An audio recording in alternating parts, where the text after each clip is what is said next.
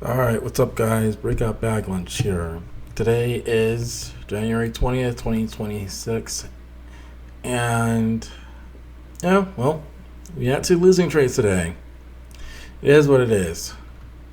I'm going to go over the trades quickly, and then I'm going to give you my retrospective. Overall, I would say that I did stick to my process, but I wanted to make some changes, I believe, in order to see the type of consistency that I like. Alright, let's get into it. So the first trade was based on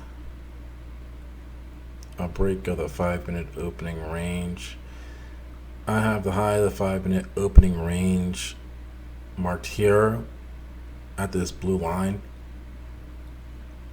We had a break and we had a retracement, and then at this 50% area we had a move up, and this trade was working well at first, but then we had a move down and I decided to exit because of that.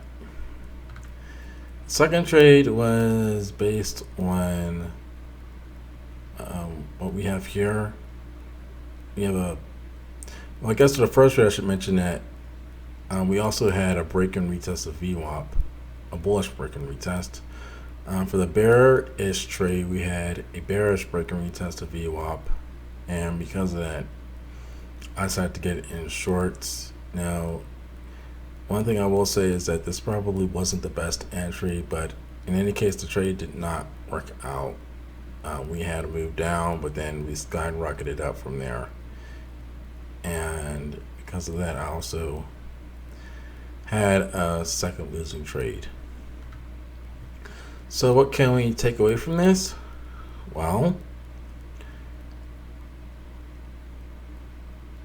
just looking back at the first trade, there were some mixed signals based on the review that I did yesterday. If you didn't watch that video, I recommend that you watch it, by the way. We had a very strong move down, so that meant that I had a bearish bias. I guess what I was thinking when I got into this trade was, well, we have three conditions that met my criteria: VWAP, Fib, or breakout that were bullish. And also, in terms of the market structure, we had higher highs and higher lows, but the overall trend was bearish. So that made this more of a risky trade. On top of that, we also had this area of resistance that I had identified earlier that you can see in red. And this was identified on the 1-hour chart.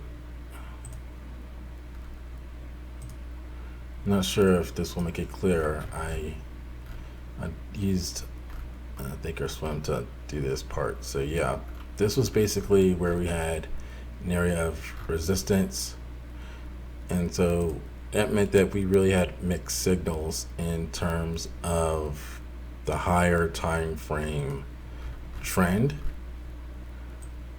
And what I'm thinking is I need to, well, not that I didn't consider the higher time frame trend. I was thinking we just get a quick bounce up, but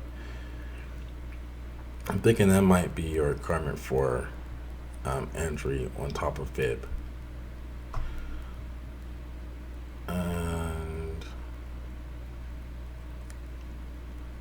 yeah, so I think the first trade was a little questionable in terms of quality. I think the second trade was actually a better one, just in terms of the overall setup, because, well, we have the same setup that we did for the bullish trade, except this trade was actually with trend rather than against trend. Just didn't work out as expected. And so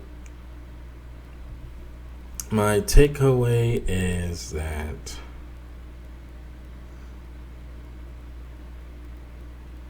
I probably need to add more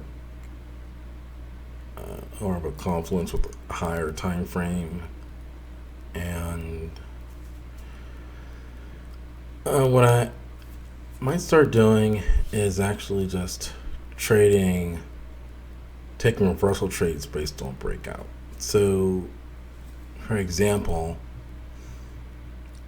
if I took a bearish trade up here, that would have been a fantastic profit, because I guess since we had mixed signals about the direction of the market during this high opening range breakout, that meant that it was more likely that we were going to get a move downward rather than a continuation upward. Things like that. Something I'm going to play around with. I probably won't use that strategy to trade on the prop firms just yet. I'll test it out in a sim account, but in the meantime, I'm going to take a step back,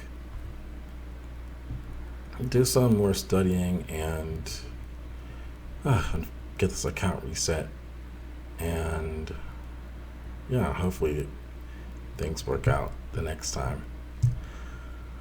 All right, folks, if you have anything you want to share with me, please let me know. But if not, have a wonderful day. Bye.